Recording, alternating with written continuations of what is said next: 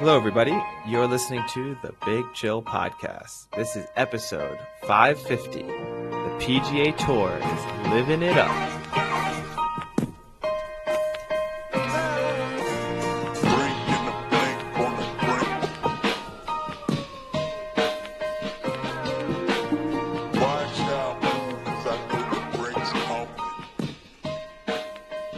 Hello, Big Chillians, and welcome back to the Big Chill Podcast. I'm Frank, joined as always with Eddie. Eddie, long time no see, or no talk. Yeah, it's back-to-back episodes where we've said it's been a little bit of a break since we last recorded. It's summer, man. Yeah, it's a hectic period, so it makes the recording schedule becomes a little bit disjointed. But at least there's not so much normally going on, except the golf world wants to drop some bombshells on us, and MLS wants to drop some bombshells on us.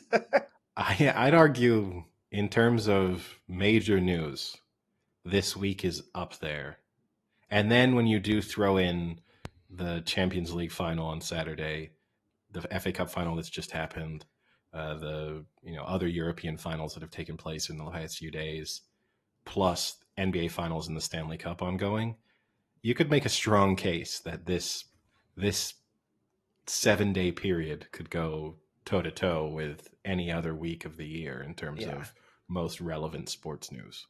Relevant, but not excitement level. I mean, there is nothing, like, I am not hopping on this podcast ready to just discuss how exciting this PGA LIV merger is.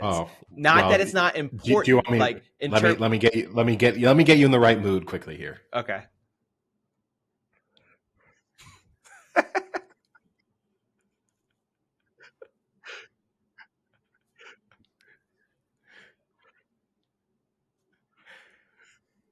Thank you. That really put it in the mood. I will say, though, I mean, it's unfamiliar. That wasn't like a crappy version of the Game of Thrones theme, although it kind of was. It's the LIV Golf theme song. Yes, they actually play it at the tournament. Many people, and I think probably rightfully so, are saying this could be one of the most important things to happen to North American sports in quite a long time, because of the precedent it's setting and the future of other sports that could now be shifted because of what's happened here. I mean, there's no reason to limit this to North American sports. I suppose in a sense, yes, because you haven't had the Middle Eastern investment in sports up until this point. Because I think you're already seeing it in European football to an extent. To an extent. They're not buying leagues, though. No, they're not buying leagues. So this is on a scale, an unprecedented. I mean, they've bought the sport of golf.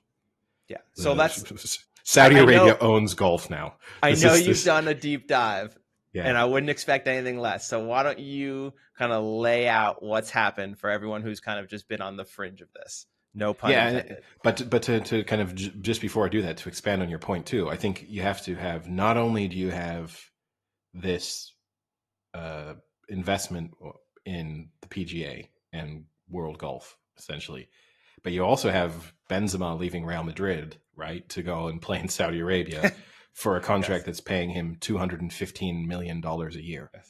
Yes. And Messi turning down a contract that would have given him, I think it was $1.4 billion or something like that.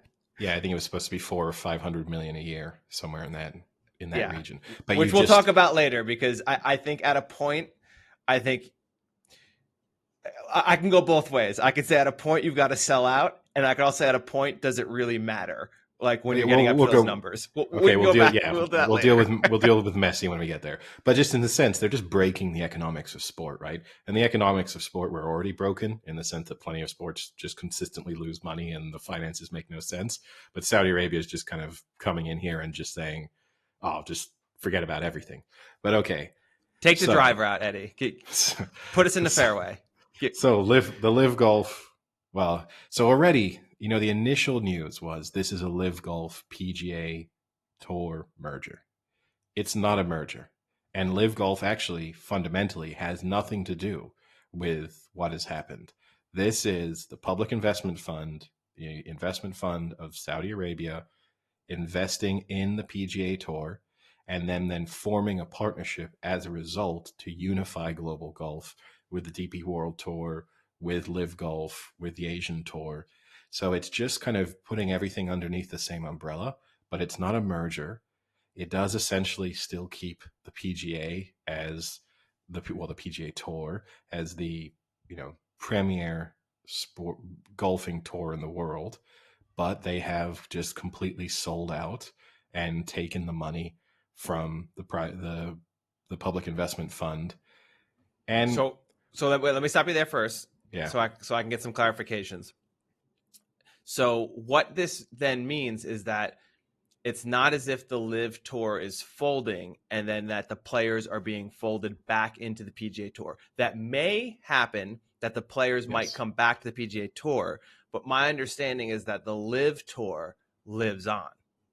Maybe. The LIV Tour, the people who work for the LIV Tour, notably Greg Norman, want the LIV Tour to live on because he's out of a job. Like, there's no way the PGA Tour is bringing him back into the fold. Like, he is the sacrificial lamb in this, as far as the public investment fund is concerned. They are just happy. They don't care. They don't care that they don't care how much money they lost. Like, in a sense, the LIV Golf Tour was their Trojan horse to sneak into the realms of global golf. Not to sneak in, to barge in and just take over. Right, and also not in the end. We had it into the Trojan horse analogy falls apart even further because it's not as if it's been accepted as a gift. They've sort of opened up the Trojan horse, let the invading hordes out, and then sold the city to them. So, but didn't tell anyone within the city that this was going on. And so, on the first point, back on the LIV Golf, the future of LIV Golf, I don't think LIV Golf will continue to exist. I just don't see the point. So you're saying I'm screwed for the 3-year ticket package I bought? I think so. Well, you might be watching us play for the LIV Golf. And then I think the victory laps that some of the prominent LIV Golf members were doing when this news first broke was slightly premature. So the take that you can be optimistic if you're a LIV Golf fan or if you're one of these players who's taken all the money, you can be optimistic. Say you're Phil Mickelson. Best case scenario, because the thing is so much of this is unknown as it stands. But best case scenario right now is that they'll get full re-entry into the PGA Tour, that their LIV Golf franchises will somehow be incorporated into the PGA Tour because they've already said that there's going to be some team element. And so all of these super high profile players own a percentage of the franchises that they became a part of. So the idea would be here that not only have you taken this huge payment from LIV Golf, now the franchise that you were given equity in is worth multiple times what it originally was because it's suddenly now way more relevant. Does this mean we're going to see the range goats in the PGA Tour, Eddie? That's best case scenario. If you are Rory or Tiger. So I don't even know what they are. But like, I think they're golfers. They're really good. That's who they are. I think, but if you're someone involved who has a less optimistic view of the future of the LIV Golf, you would say, so they're going to be fined. All of the LIV Golf players, they're going to be fined enormously to re-enter the PGA. And these fines, supposedly because of all the gloating that they did on the day that this investment was announced, these fines have been doubled. Now, I don't know how much this fine is. I don't think anyone does, aside from people who are privy to very sensitive information. But it's obviously significant. Now here's my question, though, is who's setting this fine? Because I would assume it would be the PGA Tour commissioners and higher ups that are saying it's fine. But now, if they're owned by the investment fund that owned LIV, can't that investment fund turn around and say, actually, you know what? Don't fine our players because we own this now, and we're gonna cancel that fine. So they don't really own it, right? So they've invested in it. Monahan, who was the chairman of the PGA Tour, is now the CEO of this, because it's the PGA Tour has now shifted from being a non-profit, or I guess a not-for-profit. It was either one, non-profit, I think, to it's now can be a profitable organization. He's now the CEO of this new entity, and the PGA Tour has retained the ability to appoint the majority of the board members. So fundamentally, for the time being at least, the PGA Tour retains the majority of the power over this golf arrangement. So if they don't want the LIV Golf players back, if they want to find them in order for them to return, they can do it. Because the thing that's going to be clear, and I think it's going to become really clear to Greg Norman, to all of these golfers who went to the LIV Golf Tour, is that the Public Investment Fund and Yasir bin Othman Al Romayan, the head of it, don't care about them. Like, this was a means to an end for them, and they've been successful in multiple ways. So I think they'll obviously allow the likes of Brooks Koepka and stuff. They're coming back, but they'll be fined, and they'll definitely going to be informed and have it made clear to them that you didn't win anything here. So let me ask, on your ranking, on the Eddie ranking list, what's higher? The hypocrisy of Jay Monahan or the anger of, I think, in particular, Rory and Tiger, who spent this entire ordeal standing with PGA, turning down infinitely large sums of money, higher than Dustin Johnson and Koepka would have gotten or did get, depending on what you hear and how that works. That's a different story for another day, but would have gotten large sums of money, turned it down, and stood with PGA the entire way, and now might get screwed out of that money and be kind of like how Dustin Johnson, Brooks Koepka are inevitably just going to be back in the PGA Tour. What's higher on that ranking, their anger level or the hypocrisy? No, it's definitely the hypocrisy. Let's be real here. Those guys are going to get paid tons of money now. And are they? Are we sure? 100, yes, 100%. The only way that this doesn't cause a total mutiny, I mean, and there are all these reports coming out of the meetings that took place with the players where they pretty much universally called for a change in leadership, where people were super angry about what was going on. They are going to be told here, look, we have unlimited money now. So the purses at every tournament are now going to go up. The bonuses that we hand out to players are going to go up. You're going to get a profit share. You're going to get this and that. These players are all going to make significantly more money now than they were going to make. And so will it balance out with $1 billion that Tiger Woods is supposedly turned down to not join the LIV Golf Tour? Maybe not. For Rory McIlroy, over the remaining course of his career, he might actually end up. Now, I don't think he cares necessarily about that, because, when we're talking about the elite of the elite golfers, they're making so much money. And this kind of ties into what you said about Messi, where I don't think they're necessarily that motivated by the finances. But the hypocrisy is worse. The hypocrisy of saying they would never, merge or form a partnership with them. The multiple references to how can you do business with these people when they were the sort of financiers of 9/11, which was like a big talking point they routinely used. There was the crazy interview this week after this news broke with Jimmy Dunn, who was one of the people who was brokering this deal on behalf of the PGA Tour. Over the course of this interview he said that if any clear ties were proven between anyone involved in this from the Public Investment Fund and the planning or financing of 9/11, that he would personally murder them. Really? Yes. That no one needs to worry about it. He would take care of it. I'm going to say, I'd never seen him before, having watched him on his webcam give this interview, I would not be afraid. I would happily shake hands with him and tell him I financed it all. I bought the plane tickets and I don't think he would do anything. But, and this is the issue, and they're going to have to kind of go through the process of accepting that there's some hypocrisy here. But there's a reality that they had to deal with, which, according to reports, right, in response to the LIV Golf Tour and trying to increase purses, for example, on the PGA Tour, they boosted all of these purses, and then they had to turn around to sponsors and say, we need you to give us more money because we're going to pay the players more. And the sponsors pretty much universally said, we don't see any value in that.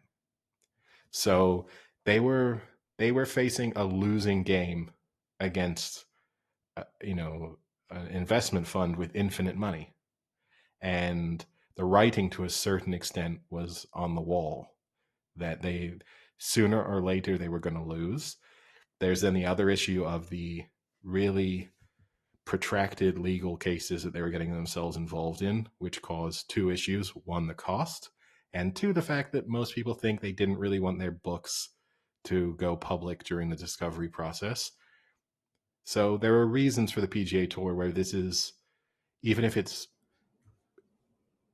they're being hypocrites, it's pragmatic and the right decision to have made.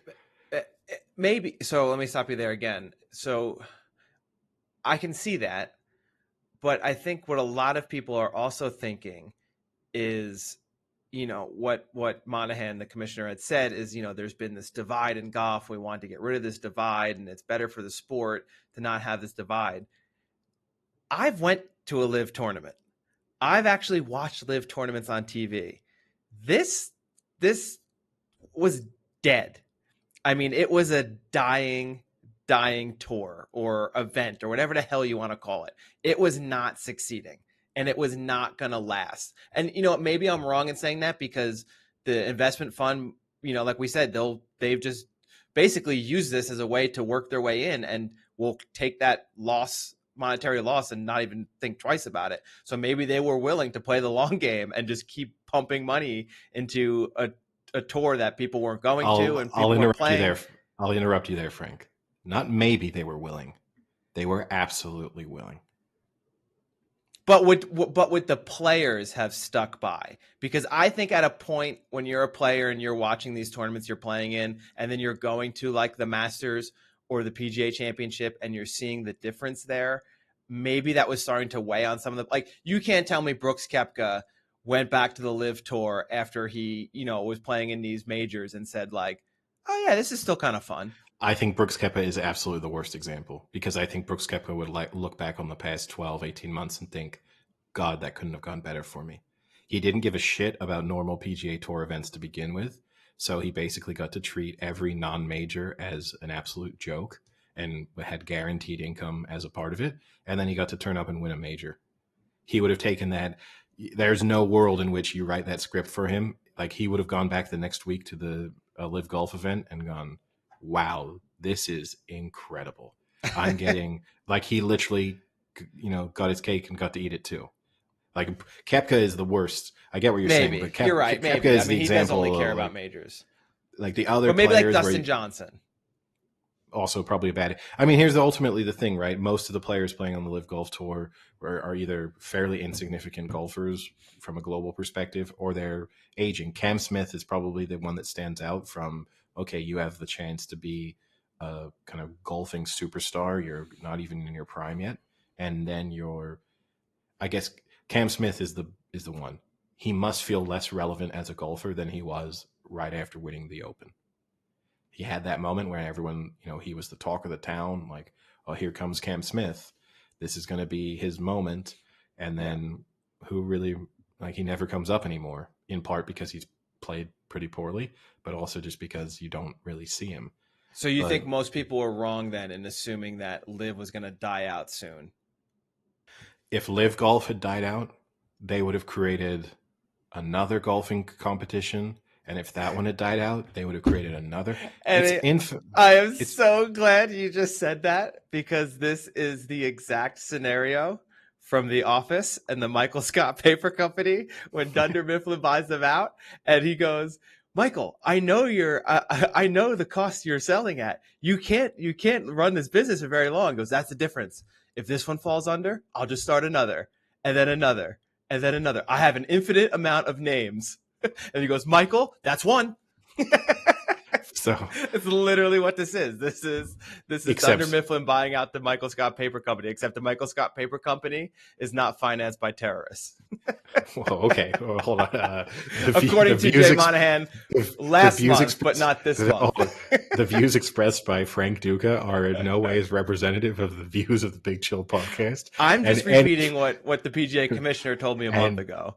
And if anyone would like to seek to have those opinions quashed, please contact him directly. But yeah, it's not a terrible analogy, but yes, this is as if the paper company has infinite money to. It's not a case of I can go bankrupt and create another one.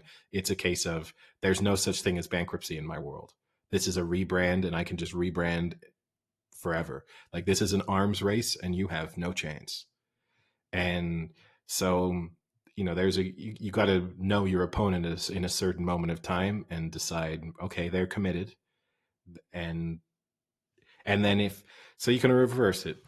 Kind of went through the negatives for the PGA Tour, but also the positives there in the sense of this gets them out of a losing situation.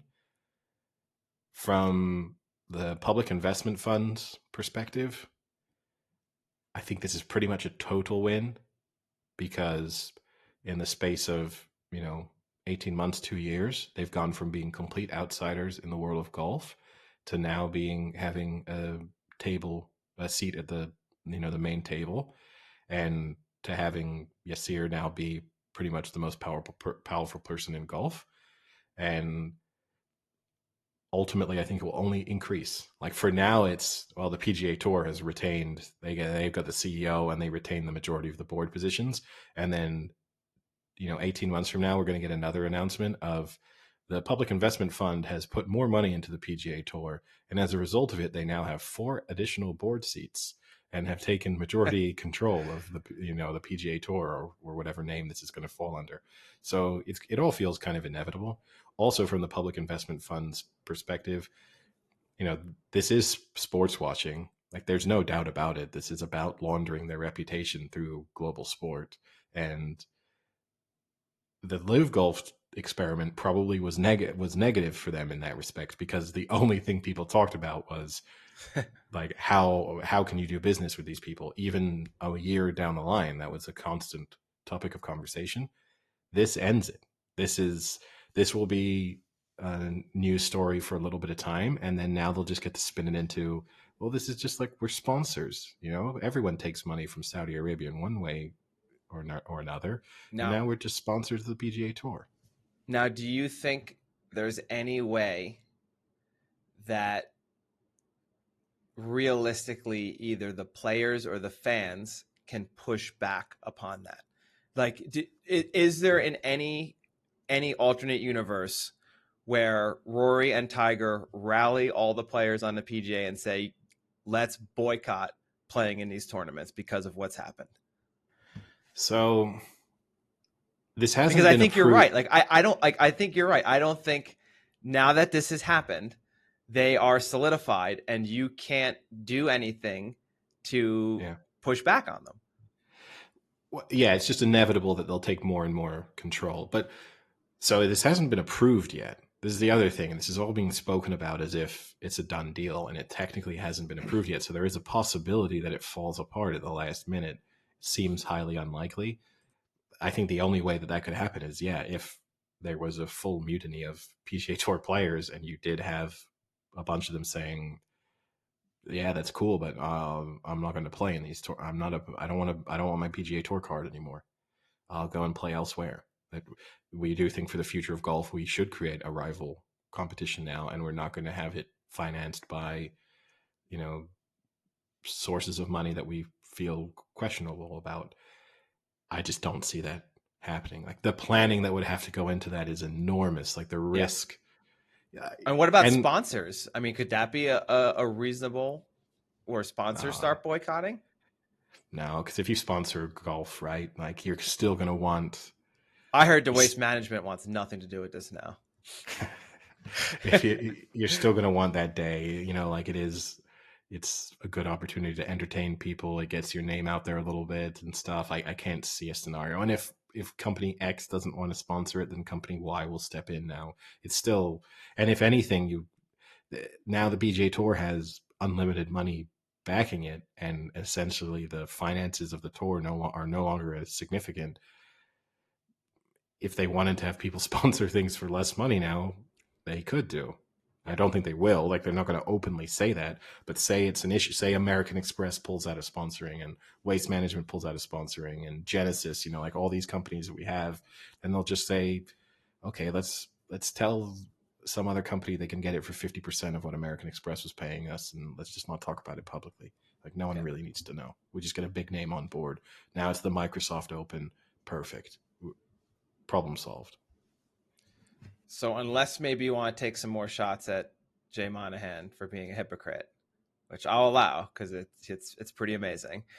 I want to kind of pick your brain on moving forward now, what this looks like for other major sports enterprises. And I think the next closest one would be something like tennis, where it is a very similar kind of, the players aren't held to specific contracts and are playing tournament by tournament. So you kind of have that similarity.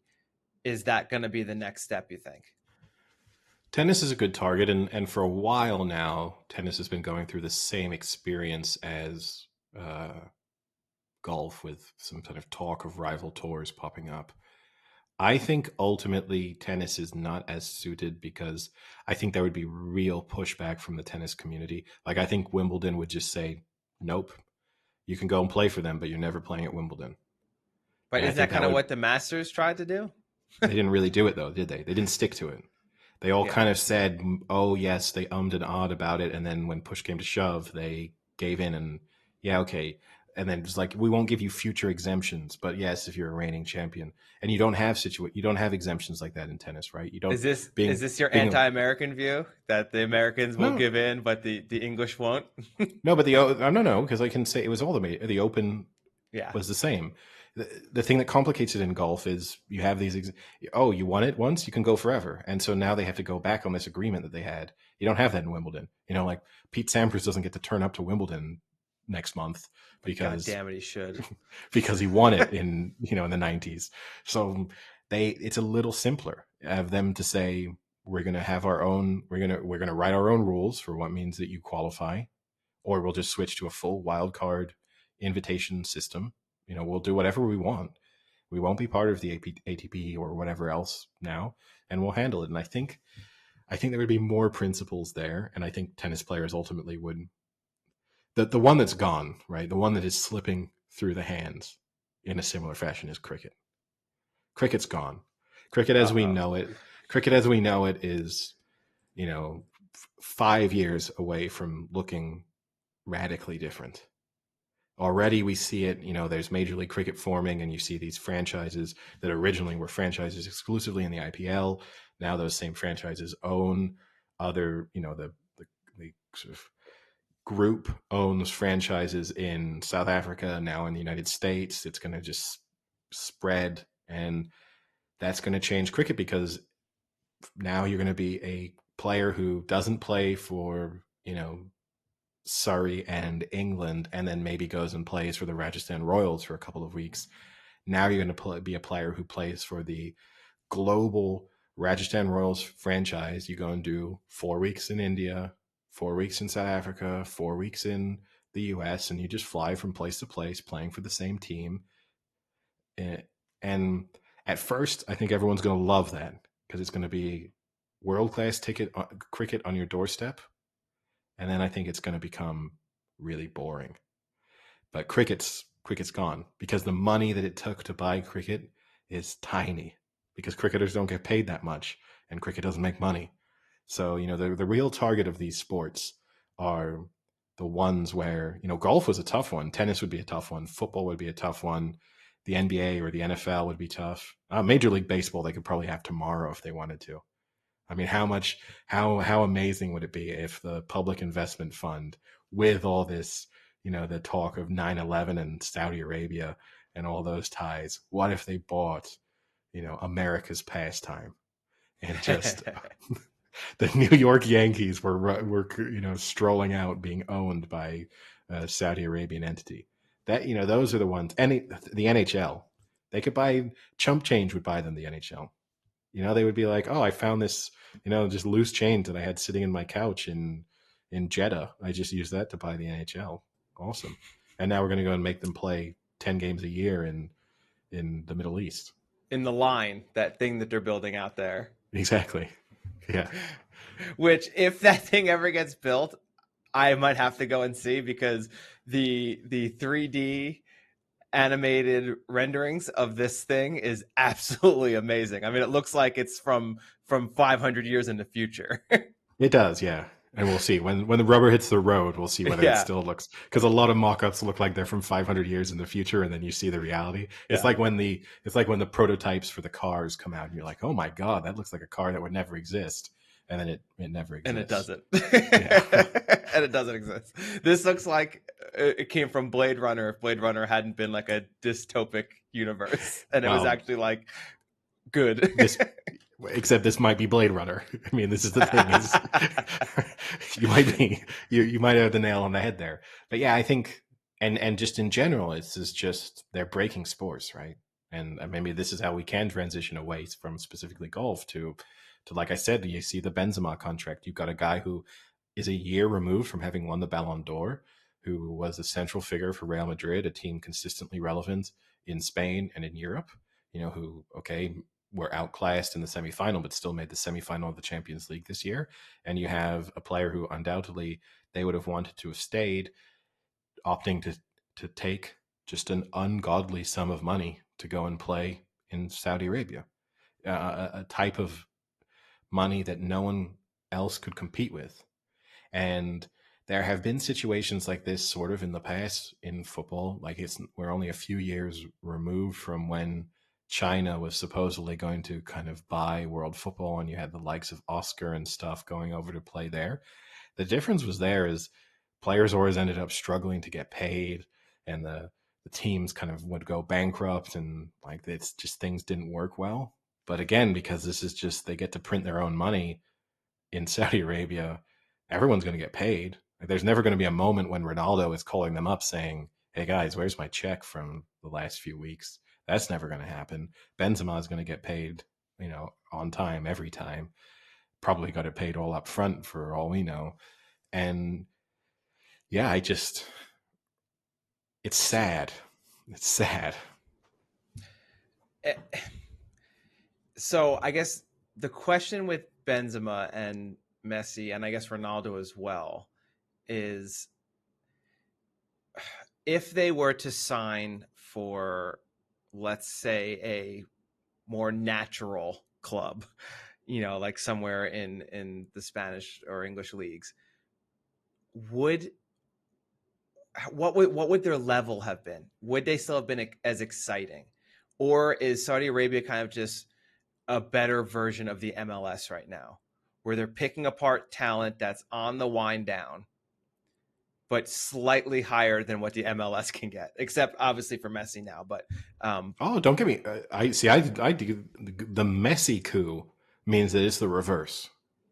That this is, you want to go and take the big check from Saudi Arabia to play in a worse version like the MLS. Who do you think is going to have a better time? Ronaldo and Benzema living in Saudi Arabia, or Messi living in Miami? I know which lifestyle I want. And then you look at the economics of it. He's getting a percentage. Messi's getting a percentage of shirt sales, and he's getting like some equity in Inter Miami. And he might end up making more money from this than he would have made going to Saudi Arabia. Like, it's entirely possible. It's obviously, the difference is they can't replicate that. I mean, each team could do that once, basically, and have the prestige signing for each MLS franchise. But you can't, the difference is in Saudi Arabia, they could be like, oh, we paid Benzema X amount. We'll pay X plus 2 to sign Haaland next season. We'll do it all, and we don't mind. And whereas the MLS, there is a limitation there in terms of how many super lucrative offers they can put forward. But yeah, I mean, I have I don't have a lot of respect for either Messi or Ronaldo for choosing to go to relatively uncompetitive situations, but I have much more respect for Messi, that at least the MLS is a respectable league and does have good players within it. But whereas Saudi Arabia, it's just a joke at the moment. I mean, that's going to Saudi Arabia to me is no different than if somehow Ryan Reynolds and Rob McElhenney had managed to offer Benzema 500 million and he'd gone there. He would have been. It's just as significant a drop in level. So, I can get the Messi move. I think it's a shame. It's a shame that basically he threw his toys out of the pram at PSG, and that's why he couldn't stay there, even though it looked as if he was going to. He wouldn't go, because he cares about making a lot of money. He wouldn't go back to Barcelona. He came up with a crap excuse of the reason why he wouldn't go back was because he, didn't want, with Barcelona having to cut costs, and so either are letting go of some employees, selling players, or reducing salaries. He didn't want to come back to Barcelona in a climate in which other people were losing out. Which, if I thought Messi was in any way, shape, or form a figure of moral integrity, that actually seems like a pretty good reason. But for a guy who's had multiple tax scandals, who just clearly maybe not the most upstanding citizen, I'm not going to buy the fact that he just cared too much about all of the employees of Barcelona to possibly go in there when they might be getting pay cuts. So, and it's good for the MLS. I think people are over talking the significance or what the impact this could have on the MLS. Like, we've been down this path before. Pele played for the MLS. George Best played for the MLS or previous iterations Not MLS. of, yeah. We know David Beckham went to the MLS. Like Gareth Bale went to the MLS. Yeah. We know superstars will choose to live an amazing life in the US and make tons of money, and it's great for their families. I just don't. It doesn't mean Erling Haaland is, when he's considering leaving City in next season or a couple seasons, thinking, "What about the LA Galaxy?" Yeah, like that's and that's the issue. I think. I do think it's obviously a great move for MLS, and it's a fantastic win. But you can't run. You can run a team and probably make a team profitable with one exceptionally great player, but you can't make an entire league successful and increase their reputation by bringing in just one player on one team. Like, it has to be more than just Messi, and it doesn't have to be, I'm going to use what you love, a bunch of Messis or Ronaldos. No. But you have to have some depth in the talent pool in the MLS. And I'm not trying to bash the MLS and say they don't have talent. They do, okay, but nowhere near the level. Like if you took, I don't know, let's say a team that's getting relegated this year in the Premier League and put them in the MLS, they would probably not lose a match. Well, they would, but they definitely, you would expect them to win the title for sure. Obviously, the playoff aspect of it makes it slightly unpredictable that in a one-off Imagine game if Inter Miami played at Luton. Could you imagine where the away fans would have to walk through? what would Messi have to walk through? But yeah, I mean, look, and the fact that he's gone to Inter Miami, right, is they're one of the worst teams in the MLS. Yeah. They've just had to fire their manager. I mean, how pissed is Phil Neville? He was weeks away from managing Lionel Messi, which arguably would have been pretty much the greatest achievement of his career, certainly of his coaching career, but even potentially factoring in his playing career as well. And then now he's just out of a job and will probably struggle to get a job anywhere else. But yeah, it's good. I mean, like if I lived in Miami, I probably would not have been going to Inter Miami games previously. I would now be considering turning up for one, which is why going now. Yeah, tickets are going for 6 times what they were. And people love to do this too. They love to quote the figures. Like, Inter Miami had 1 million Instagram followers. Then Messi signed. They got 5 million Instagram followers. What a development. Sometimes I think we get lost in this, like, just endless, meaningless, like masturbation over sort of social media figures. No, but genuinely, like there's that moment of like, what does that mean? What does it mean for Inter Miami to have 5 million Instagram followers? Yeah. Like, okay, for the next week or two, people are going to be super engaged because it's something they remember. And then 8 months from now, it's just going to be like one of those accounts you're following where you never even bother to get like far enough down to see the story, and where you've muted stuff from them, but you're like still technically following it. But anyway, when you said getting lost in endless masturbation, I thought you were talking about one of our friends. He never gets lost.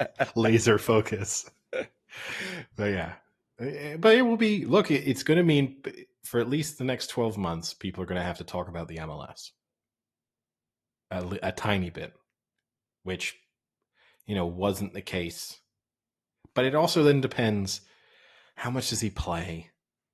Is this going to be like a Gareth Bale situation? Is this just him wanting basically to move to the US, and this is just a method of getting there? I think he'll play. And the contract supposedly is, I think, 2.5 years, which I don't know how that works. Yeah, but he's not playing that long. I think he'll play, but but is it, well, Messi plays one game out of 4, or 50%, or it turns out Messi doesn't want to go on the long road trips.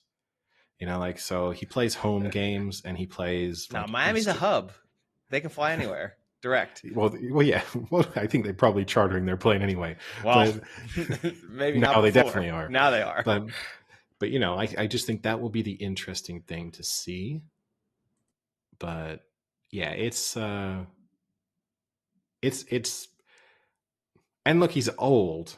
This is the problem: is we've got players who now are going to keep playing much longer than they would have done previously, and then in a sport like football, this is going to mean that we see them. He's old. He's younger than I am. Right, but by professional athlete standards, he's 35. So what, 36 this year? He's about to turn 36. He's my age. He's 4 days younger than me, and I'd say we've achieved just about as much as each other. I'm probably 4 days ahead of him realistically in terms of achievements, but we're going to see more and more players where it's possible for them to be maintaining an okay level in their late 30s, and so it then becomes realistic for them. Previously Messi would have just retired at Barcelona at 32, and that would have been normal. And now he's going to retire at Inter Miami at 38, and that's normal. And Ronaldo's going to retire in Saudi Arabia at 55, or however long he keeps playing for. So it's a little bit of a shame to see these superstars spread out all over the world. And we're going to get some really awful friendlies now. I mean, just imagine, already you had that PSG friendly in Saudi Arabia to play against Ronaldo, the like Messi versus Ronaldo for the last time. We're definitely going to get Inter Miami flying to Saudi Arabia. So it's Messi versus Ronaldo again in a match no one gives a shit about. I mean, this is happening for sure.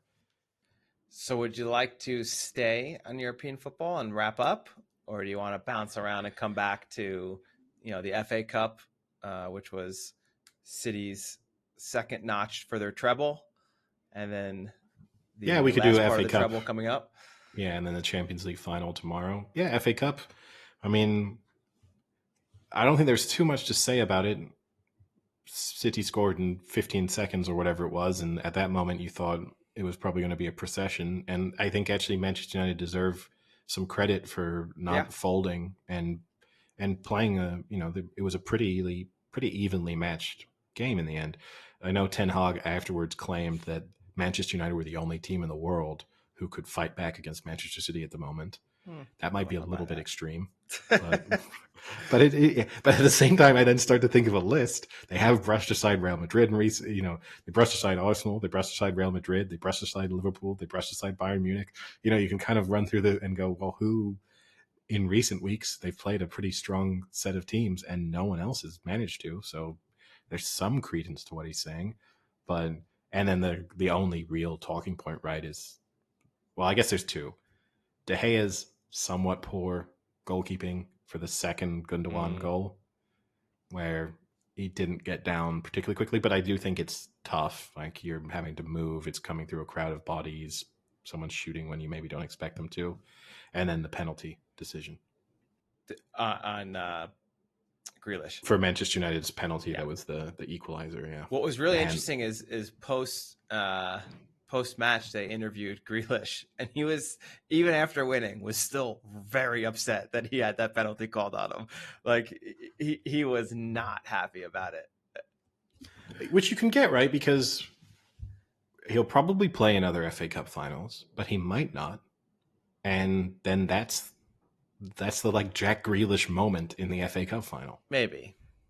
Is, you know, and also if you're him, again, he's been a really key component of Manchester City's team over like since the World Cup, and hopefully he gets to cap that off with maybe a significant moment or a very good performance in the Champions League final.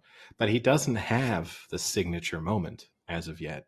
Like, his City career, he's been playing well, but there's not like, oh, that Jack Grealish goal. Eddie, you are setting me up for a City to win and Grealish to score. Well, go for it. But he doesn't have that, you know? And most of the other players, even though we've spoken about in the past how this City team, even though it's packed full of stars, there isn't always a sort of singular figure at the forefront. Most of them do have that big moment, you know, like Kevin De Bruyne can point to some huge goals and huge performances, key assists. Even Gundogan, right, who's an often overlooked player within this team. Now he's got this double in the FA Cup final with 2 volleys from outside the penalty area. That gets to be like the Gundogan game. And there's no Grealish game at the moment for City. There's not even and there's no Grealish game so far either from England. For England, even though he's had good performances for England in major tournaments. Yeah. Well, thank you for that win. Come Saturday. Well, hopefully it does.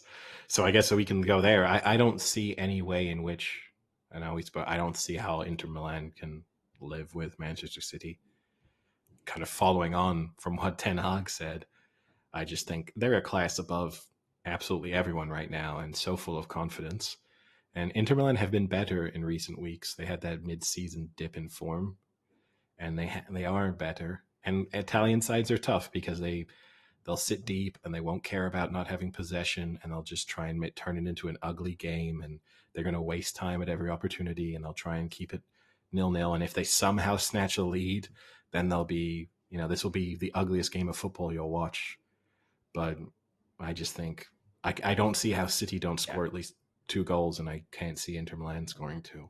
Yeah, and actually, depressingly, City to win and Grealish to score is 7-2. So it's not even that great of a bet. But you got to do first goal scorer. I don't think he'll be first. Oh, I do. I'm calling it now. Okay, you want first goal scorer? Okay. I think my full prediction, I think Jack Grealish will score twice. He'll score first, and City minus 2.5. Put that all together, and that's going to give you a nice payday. Wait, Jack Grealish 2 or more? 2 or more, yeah. And first. And first. Okay. So that is 40-1. Oh, put it in. You'll be buying the PGA Tour on Monday. Final note, I guess, on European football, talking about sort of aging superstars, I guess it's worth mentioning that Zlatan Ibrahimovic called an end to his career with a very emotional post-match statement in AC Milan's final league game of the season. Very typical Zlatan, you know. He cried. He showed that he isn't just a robot, so he did have that part of it. But he did have that good way of shutting up the supporters. He was being booed by the opposition supporters, and told them that the best thing that they'd had all season was getting to see him. So that was a very Zlatan comment. But I'm slightly surprised because he came out of retirement for Sweden in the Euro qualifiers, which in my mind thought that I expected him to at least see through the qualifiers and see if he could get one final major tournament, which would obviously have been next summer. And yet he called it quits this year, which I can only presume that his body is, in spite of the fact that he's obviously still in incredible shape, that his body is starting to fall apart, and sort of maintaining it is too much work. Hey, he had a character based off of on Ted Lasso. Yeah, exactly. Who sent a giant avocado? we never mentioned that in the rundown of the episode. But yeah, I guess that pretty much wraps up. Obviously, got the transfer window going to or a few other things. So just do a quick roundup. Okay. So what do we do? Oh, a stat that I enjoyed: Real Madrid. Eden Hazard kind of left his contract with Real Madrid. He under mutual agreement. Real Madrid paid Eden Hazard over £100 million in wages in the time that he was at the Bernabeu, which meant that he was paid roughly £28,000 a minute that he played for Real Madrid. And their return on that was 7 goals, one of which was a penalty, and six assists. So 13 goals, let's say, from Wow. 28 from £100 million. Not quite. Not bad. So when people give Jack Grealish a hard time, they should maybe look at Hazard first. Yeah, absolutely. And then I guess also West Ham won a major tournament midweek. Although I think people are going overboard with how major they're calling this tournament, the UEFA Conference League. You would have thought they won the World Cup from the way people were speaking about it. It's still cool. If I were a West Ham supporter, I'd be happy. Yeah. It's still nice. You won something. But this is not, this is the ugly stepsister to the Champions League. Is it one more trophy than Spurs have? Yeah, for a while. Yeah. I mean, it means that, Declan Rice has a better trophy cabinet than Harry Kane. That's awesome. I'm sure that's some heavy bragging rights on the England pitch. And on transfer news, we'll obviously cover that more in depth over the summer, but it looks as if Jude Bellingham is headed to Real Madrid. And yeah, I wanted to actually ask you if you're a little sad that he's not coming to England. No, I'm fine with it. Okay. I actually think more English players need to play abroad because it just helps them to experience different styles of play. And I think the Premier League is becoming, because of the influence of managers like Klopp and Guardiola, it's become significantly more sophisticated in terms of the style and the tactics, and closer to what European football is like. But still, fundamentally, it's always going to be more frantic and higher paced. And that doesn't transition very well into international football, where England do have to slow things down. So in a sense, having what you would hope will be a future England captain probably, and the sort of central figure in the England squad in central midfield, to have him playing abroad where he gets to learn a style, or continuing to play abroad where he gets to, learn a style of play that is closer to what they'll need at the international level. It's probably beneficial to the England team. And the only other final note, I guess, on the transfers, it looks as though, speaking of Declan Rice, that he may be headed to Bayern Munich, which, based on everything I just said, also is probably a nice move for him, but slightly surprising. All right. So we've gone through golf, European football, Saudi Arabia taking over the world of sport. What do we have left? NHL, NBA? Yeah, we can do NHL a little bit. So we're obviously in the Stanley Cup Finals.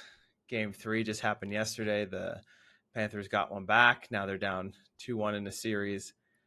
But Matthew Tkachuk, who had a good season this year, a very good season, obviously he's overshadowed by people like Connor McDavid, but he is just an absolute gamer.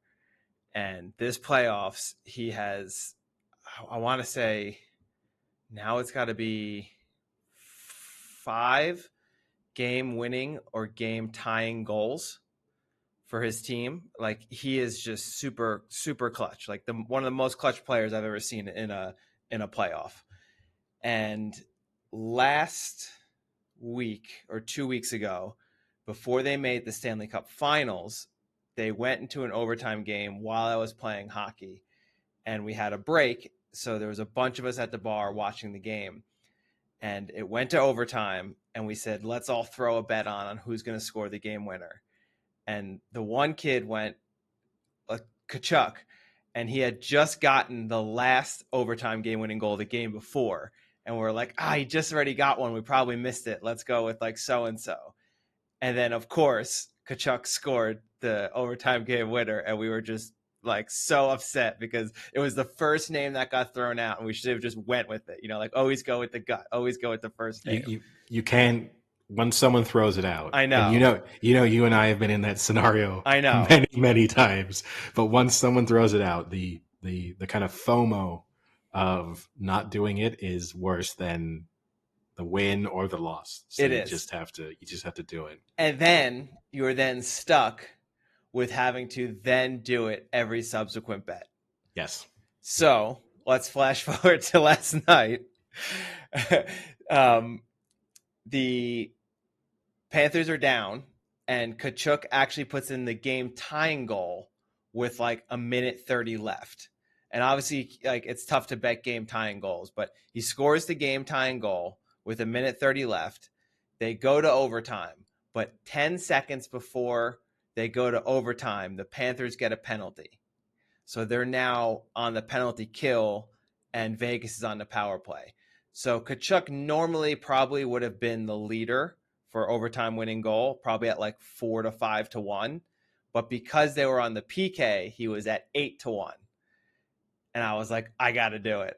So I put 50 on it, and then instantly texted my buddy who I was sitting at the bar with the last time we didn't bet it, and was like, I'm in. He doesn't respond. They go to overtime. They kill the penalty, and then the Panthers score, and it's a really nice shot by Verhaeghe, but Kachuk is in front of the net, and it looks like he tips the puck. Like when you watch it in real time, you're like, oh, I think he tipped it. And all I kept seeing is like, oh my God, I think I just hit it. And then they show the replay like 7 times. This puck must have missed touching him by like a centimeter. Like it was so close to getting tipped off of him. How significant does it just have to make any form of contact? Just has to touch him. So it brushes his jersey. It's his goal. It's his goal. It's his goal. Ball doesn't, the puck doesn't even have to really deflect. Just physical contact, he gets the credit. Pretty much. Yeah. Okay. If the puck shifts in basically any way from touching him, he gets the credit. So I was like, show the replay again, show it again. Like I was like screaming at the TV for more angles. And then right after that, my buddy texts me and he goes, oh shit, I just saw this. I'm probably the one who screwed us. He's like, I would have went in. That's a bad beat. Hopefully that's the end of your bad beats. But now I'm left. If they go into overtime in the next game, I have to bet them again.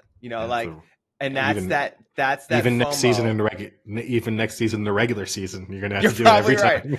It won't go away until I hit it. Yeah. And then it'll never go away until he retires. Now you're just locked in for life.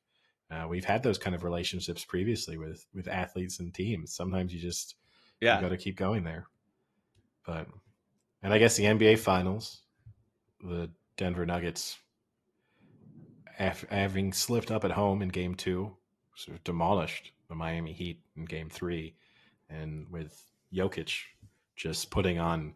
I think sometimes we kind of become numb to, like, his stat line from that is 32 30, points. 20, 10. Yeah, 32 points, 21 rebounds, 10 assists. It's just unbelievable. First player ever. Yeah, I mean, it's just crazy. And we don't really need to discuss the NBA in too much detail, I suppose. But what it made me think, and we can have a larger, maybe in the kind of downtime in the sports, talk about this. We could have a draft or a deeper discussion. But pound for pound, is Serbia the best sporting nation on earth at the moment? You've got arguably the best player in the NBA, best basketball player on earth, arguably the best tennis player on earth. You then throw in a handful of elite football, soccer players, and then they have other sports that they play that, they've got good volleyball players, and, from an Olympic athlete standpoint, they have some relevance. But you're still talking about, if you think of the world's 5, 6 most, biggest sports, they have in two of them, they probably have the best player in that sport right now. and it's a country of 6.8 million. yeah. So you could make they might not have the depth that some other countries might be able to put on the table, But but top from end, if top you're end, saying top end, you'd have to say they're definitely, and we can go into it again. I think we could probably come up with some creative answers to that. There's be some interesting candidates in the pound for pound, but Serbia has a strong case right now. yeah, for sure. I mean, and he is. I mean, that's another. One day we can also have the discussion is how underrated in like the normal landscape is he? Like how many people off the streets can name him? Well, I also think this, because there's been some people who've been critical of like this is an NBA Finals that lacks compelling storylines, and I get it because the NBA obviously is an American league, and this isn't me bashing America, but like there are definitely more people paying attention to the NBA Finals in Europe because the best player in the finals is European, and actually in recent seasons, I mean that's almost becoming normal. Like you have Giannis, like it's becoming something you almost expect, but there are definitely more people paying attention to it. It's a huge storyline. It's getting coverage of, hey, look at this. But I can get in America, it's not off-putting, but it's not quite as compelling because you can't relate to.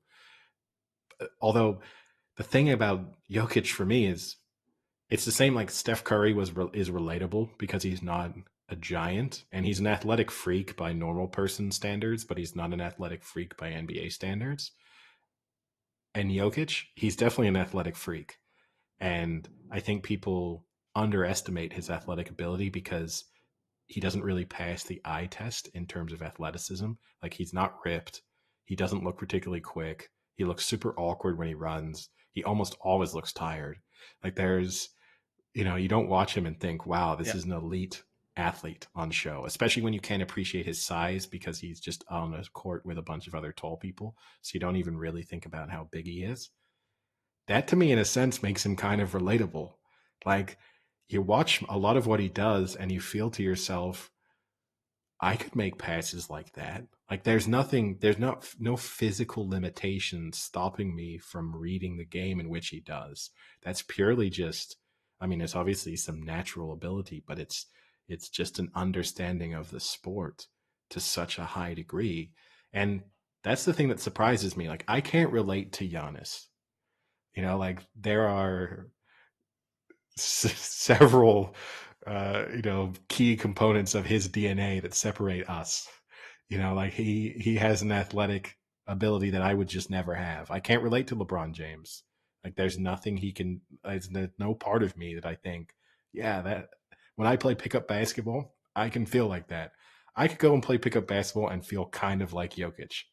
Again, I'd be a really shitty version of it, but there would be a sense of, let me try and emulate the style in which he plays, and it would be somewhat doable. Except for the fact he's 6'11". Oh no!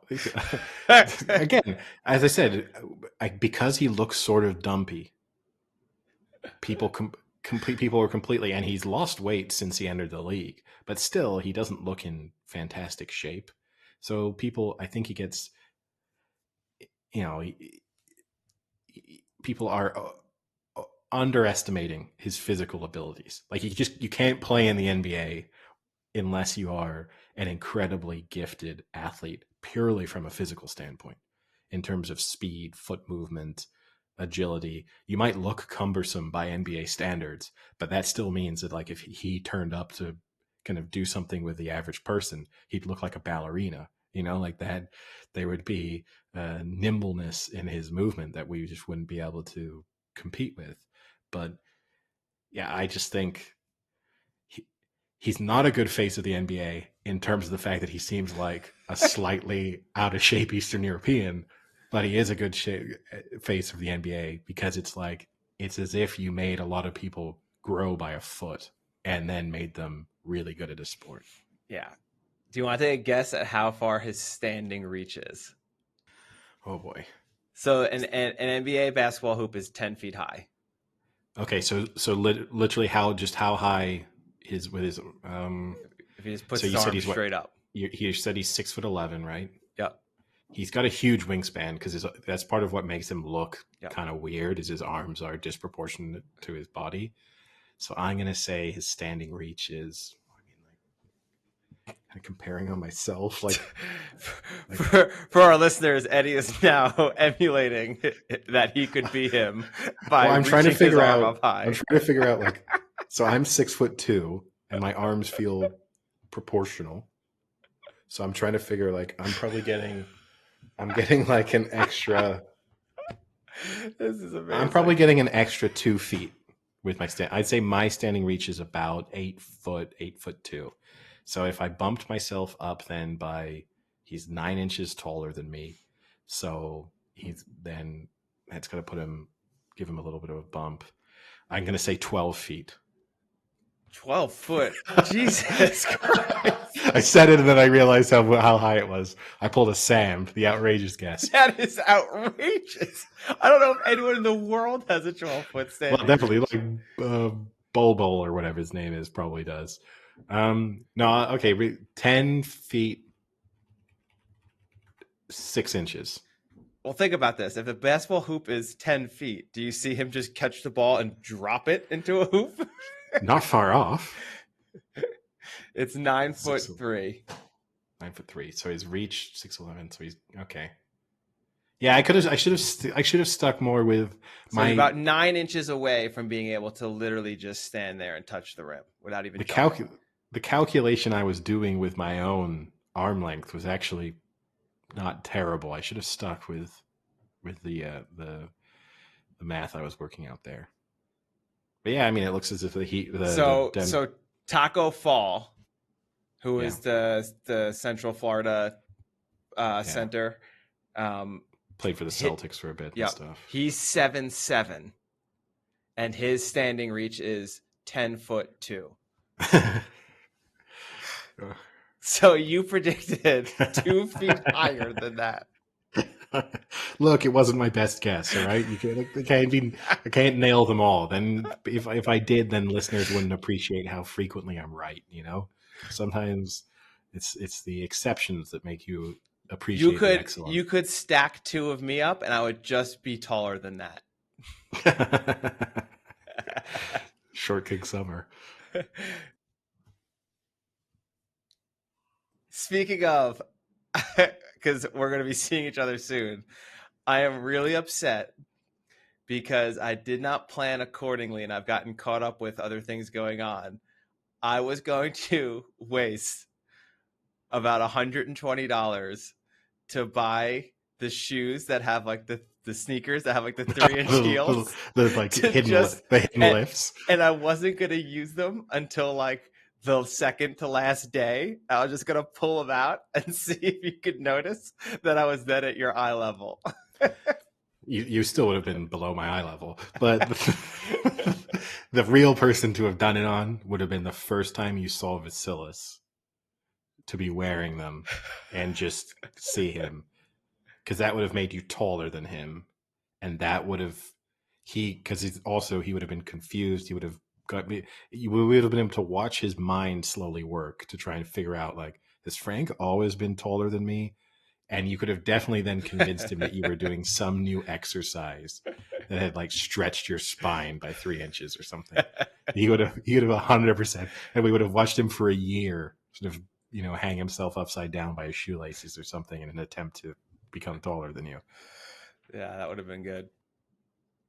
I was prepared to just literally waste the money just for that single joke of putting them on just a random one day.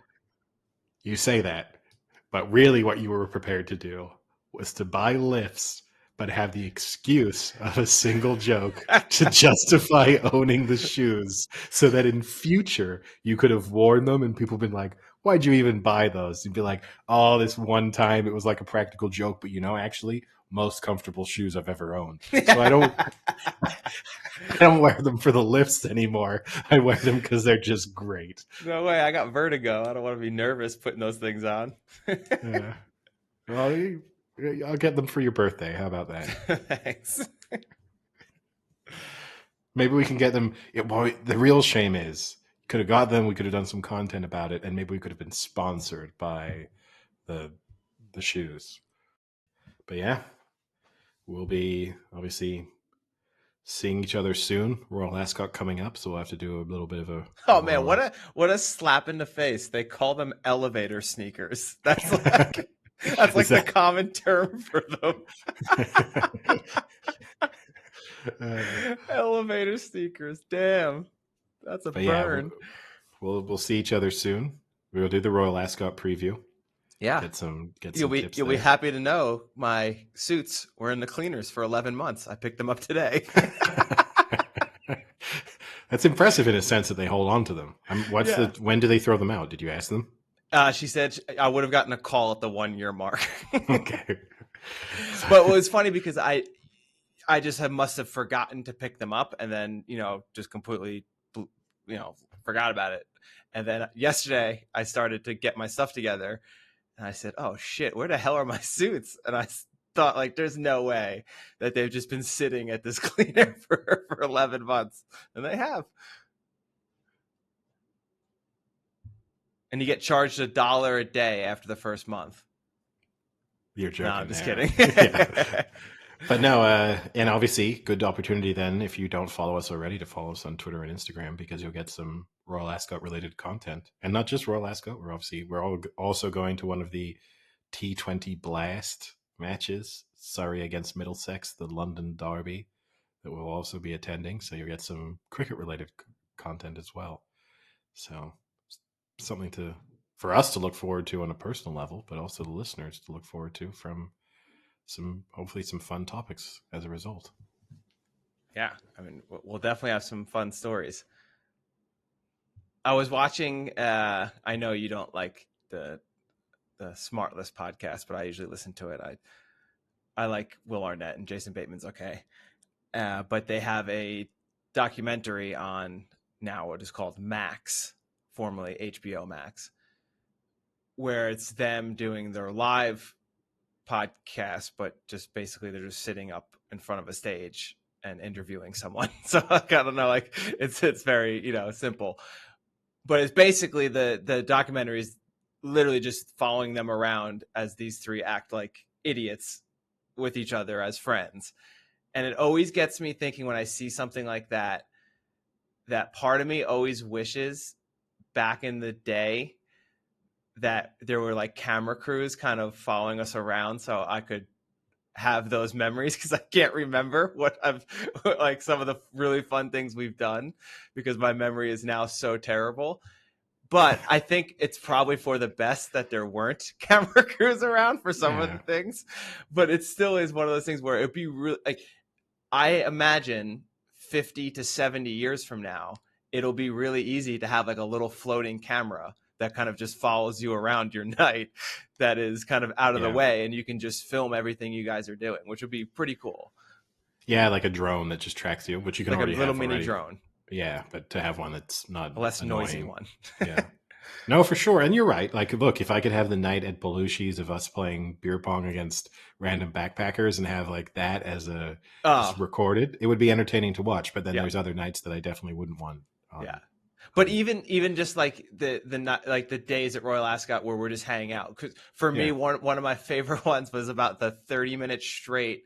We were in those apartments that were like they looked sketchy from the outside, but from the inside it was a nice apartment. It had like a big kitchen, and for 30 minutes straight we just roasted Vasilis because he refused to come out and eat because he was so sick.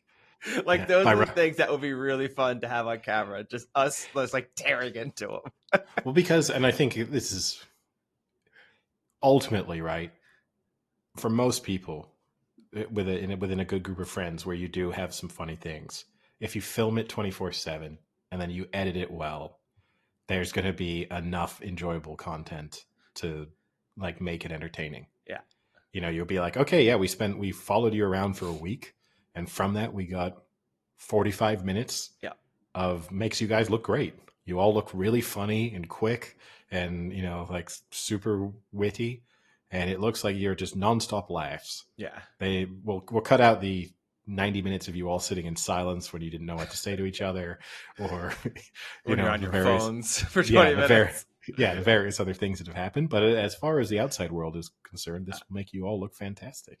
Yeah. And for me, good banter doesn't need to be famous people. Like, I can enjoy and think it's funny when a random video on my Facebook pops up, like 4 guys on a podcast that I've never heard of any of them kind of just ripping into each other about certain things. It's like good banter like that's just funny no matter who it is. Well, I was going to say, we don't have Ted Lasso to talk about. You refuse to talk about Succession. We might have something coming up that we can discuss, is a show that I think both of us have enjoyed over the years that's coming back for its 6th season, and that is Black Mirror.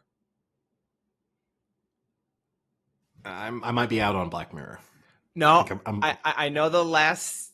So last season was okay. It was the season before that was really bad. And then they kind of redeemed a little bit last season. But from what I've heard, this season is much more like the first few seasons than the last few. I have high hopes. To me, the things I'm looking forward to, Always Sunny is back. So having... Oh, now you're an Always Sunny guy. I'm an Always Sunny guy. I always have been since day one. Never been there. I've been there with the gang since it started. But guy buys one fucking English football team, and now you're an Always Sunny fan. Let me guess. You watch Deadpool in between? No, I hate Ryan Reynolds. I'm purely Rob McElhenney. Yeah, I bet. But the other thing that I am really looking forward to is Masters of the Air, which is part of the Band of Brothers universe. It's the next installment following on from the Band of Brothers in the Pacific. So that I will be watching that, and I will be happy to talk about Masters of the Air, because that will be one that I will get into on a deep level. Okay. We can definitely do that. I'm not a huge war person when it comes to shows. I've seen Band of Brothers episodes, but I've never seen the whole series in completion. It's just whenever I watch Saving Private Ryan, I just get really depressed for a really long time, so I don't enjoy that kind of stuff. Well, this is probably going to be depressing, so maybe it's not the show for you. SAS Rogue Heroes, though, that was a good show, and that was about war. It was okay, yeah. I didn't actually finish SAS Rogue Heroes. I think I got there's 20 minutes left. It's one of those things whenever I sign on to BBC iPlayer, I see it, and there's 20 minutes left in the final episode, that for whatever reason, I stopped mid-episode, and then I'm not interested enough to go back and watch the final 20 minutes, which I think is the sort of most honest review of a TV show you can ever give it. I have nothing to watch, but I won't bother finishing that. Yeah. It's a little bit of a lull right now for TV shows, but it's going to pick back up in June and July. So right now I'm watching Silo on Apple TV. Not bad. It's watchable. It's enjoyable. It's got some of those things with the plot where you really question, why didn't you just do this instead? It's got some of those major plot holes, but it's pretty good. I've liked it so far. I'll continue to watch it, because once I start watching a show, I have to watch it through anyway. So, and then The Bear comes back out for season 2. I don't know if you ever watched the season 1 of The Bear. That was like a cult hit right off the bat. I'm a big Matty Matheson fan. So I think he was involved in The Bear. It's the cooking. It's owns a restaurant or whatever. Yeah. He's a chef, right? Yeah, but no, I've never. And with the guy from, whatever that show was that they remade in the U.S. from England. But yeah, no, I've never watched it. Yeah, it's a good show. And it's quick. It's a 30-minute. It's a down summer, right? We've got no World Cup, no Euros, no Olympics. And then next year we get hit full in the face. We've got the Rugby World Cup in September. We've got the Olympics next summer. We've got the Euros next summer. We're going to go from, from a drought to a tropical rainstorm. Yeah. I'll tell you what, though, I am a little upset that the schedules don't quite align, because I would have loved to go see Oppenheimer in an IMAX theater with you, and then we could have instant reaction on a podcast after in person. when does Oppenheimer come out? July, like end of July. No. Oh well. And I don't know if you saw, Tom Cruise has been trying to get that release date pushed because his Mission Impossible is coming out as well. Okay. Well, I won't see Mission Impossible. What? I'll eventually see Mission Impossible on a plane. We've spoken that it's Mission Impossible is firmly plane movie category. See, now what's funny, Eddie, is I have one movie on my list right now to watch on the plane that I realize I haven't seen. The Last James Bond. Okay, another good plane movie. Yeah, that's about all I've got. Sounds good. I guess as we close up, we could say R.I.P. to Josh Allen, who is on the Madden cover, so his career is pretty much done. Except Which I have to say, Mahomes has been on the Madden cover. He won the Super Bowl. Yeah, but Mahomes, he's transcendent. He goes. I feel like the Madden cover curses. I feel like the Madden curse. I think ultimately, fewer and fewer people are playing Madden, so the Madden curse is diminished. Okay. Like EA Sports no longer. What if I get started to play Madden again? Then it's just the Duke of Curse reimagined. It'd be separate from Madden itself. I think the bigger story there though is, does Josh Allen deserve to be on the cover of Madden? What has he done? Who else would you have? Mahomes. You have to have some variety, right? So Mahomes can come up again in 5, 6, 7 years, but you can't be just like Mahomes. It's not going to rename the game. So has he accomplished enough? Never won MVP. He's won one playoff game? We would have to have a whole topic where we go back through Madden covers and look at players who've been put this on the to-do list for the summer. We will go through Madden covers and think of NFL players who have been overlooked on, because for example, I don't think Aaron Rodgers has ever been on a Madden cover. He has not. So you'd say there's a player based on his significance, fame, everything. Super Bowl winner, multiple MVP winner. You would say that's surprising. Now, maybe he's turned it down because there's obviously the other element. You have to agree to be on the cover. Yes. So there's a possibility that it doesn't interest him, or he buys into the curse, which is believable because he was smearing his own shit on walls to decide whether or not he was going to retire. So he 100% believes in the Madden curse. But I mean, looking back, just quickly looking back, there's two that stand out that were bad decisions. Well, there's the Cleveland Browns running back, right? Yes, that's number one. That's Peyton Hillis. Yeah, that was a bad 2011. Yeah. And then Antonio Brown in 2019. That has aged poorly. It's aged poorly, but it's justified in terms of how many times is Tom Brady on the Madden cover? Tom Brady has been on it twice, once alone and once with Patrick Mahomes. Yeah. And the same for Mahomes. He's been on it twice, once alone, once with Brady, obviously. Right. So you can't have Mahomes for a while. If Brady only got 2, Mahomes has to have at least like a 7-year period now until you can put Mahomes back on. Because otherwise we're going to end with, well, Mahomes was on the cover of Madden 7 times. I guess. And I guess you can't put Rodgers on it this year because he's stunk. No. What about Kelsey? You could have put Kelsey on it. You could have put Kelsey on it. You could have put... What about like a Nick Bosa or like a Micah Parsons? Yeah, you could have taken the risk and you could have gone like young quarterback route. So you could have done like Trevor Lawrence. Or Joe Burrow. Yeah. He's not been on one already? Burrow? Hasn't been in the league 2 years. Yeah, but I can't. I haven't had Madden in a couple of years now, so I'm trying to think who was on. I can't tell you who was on Madden on the cover of Madden. So starting most recently, it's Josh Allen, John Madden, and then Mahomes and Brady, Lamar Jackson, Mahomes, Antonio Brown, Brady. Yeah, I mean yeah. I think Burrow, Parsons, even Aaron Donald. Parsons is a stretch. I don't think the average NFL fan knows. Jalen Hurts? Jalen Hurts, sure. I think defensive players, you're taking a risk. I just think most people don't know who they are. Trent Williams.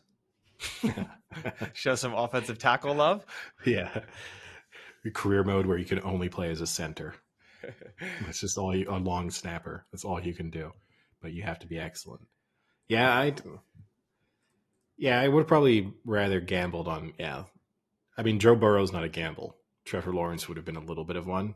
Like, he would have been like, can't the Jags take a massive step forward this season? And then it seems like we were really smart. We were slightly ahead of the curve. As ahead of the curve as you can be on a number one highly touted draft pick who also made it to the playoffs last season.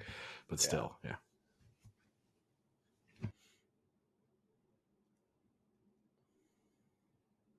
All right, with that, should we wrap up season 5? This is the final episode. Oh, shit. Next episode will be season 6. And we'll be recording from the same time zone. Yeah. Season 6 will be exclusively in person. Well, the first one won't, but good try. Yeah. It'll be closer. We'll be closer, but still not in person. If you shout loud enough, I might be able to hear you. Maybe. All right. Well, I'll talk to you later. See ya. See ya.